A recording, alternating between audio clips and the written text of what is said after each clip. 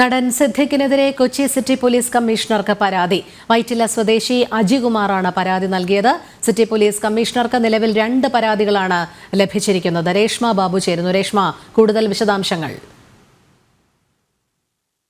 രോഹിണി, നടൻ സിദ്ദിഖിനെതിരെയും രഞ്ജിത്തിനെതിരെയും നിയമ നടപടികൾ സ്വീകരിക്കണമെന്നാവശ്യപ്പെട്ടുകൊണ്ടാണ് പരാതി എത്തിയിരിക്കുന്നത്. കൊച്ചി സിറ്റി പോലീസ് കമ്മീഷണർക്ക് വൈറ്റില സ്വദേശിയാണ് കേസെടുക്കണമെന്നാവശ്യപ്പെട്ടുകൊണ്ട്, അതായത് സിദ്ദിഖിനെതിരെയും രഞ്ജിത്തിനെതിരെയും കേസെടുക്കണമെന്നാവശ്യപ്പെട്ടുകൊണ്ട് പരാതി നൽകിയിരിക്കുന്നത്.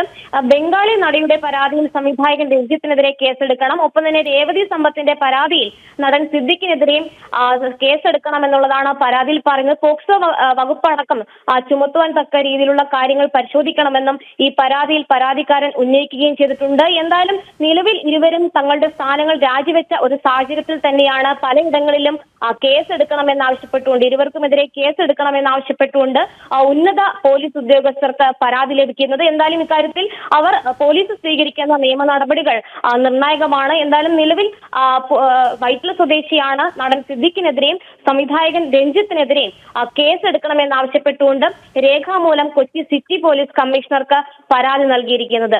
രോഹിണി, ശരി. നൽകിയത്